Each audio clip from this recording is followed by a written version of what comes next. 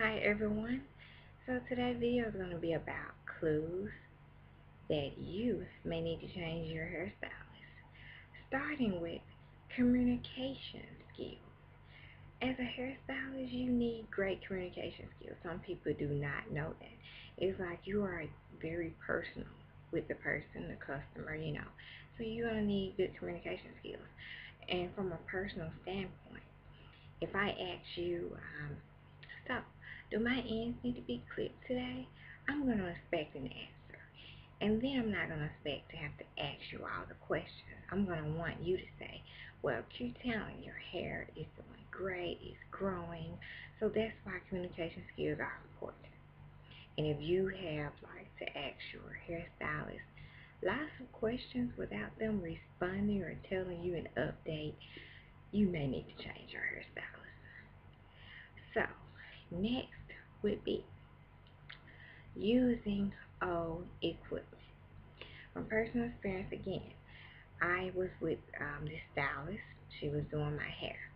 And you know how they're using flat irons and things of that nature, and you just peeping and you trying to see what kind of flat iron are they using. So I was looking and I'm like, you need to change flat irons. It was like an old brand flat iron, I guess, because it wasn't getting my hair really, really straight. And like I said, I'm natural. So I'm thinking you should know that. So I went to the stylist a few more times. And I'm like, okay, she needs to change her equipment, right? So if I can see that you're using an old flat iron in the sense of it's not really doing what it's supposed to do with my hair, I'm going to question that. Alright, and then I'm going to question you.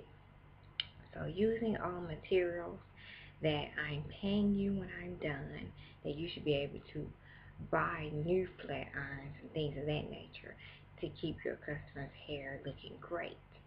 So that's another pinpoint that you may want to think about, using all materials for your hair. So again, this is an example also. You need to change your hairstylist if every time if you're someone to get a relaxer and you notice that the relaxer is still on your hair, and if you notice you always have to tell the hairstylist, hey, this is burning, you need to get this out, that's a red flag as well. Because if I'm here to get a relaxer, and if it's someone that this may be their first time, they may not know, how long a relaxer is supposed to sit. So I'm going to need you to be on point with that. Next would be no passion for hair. No passion for, hairstyle. You guys would not believe this, but there are some people who are out there who are just not passionate about hair. They just want to get paid and let you go on your way.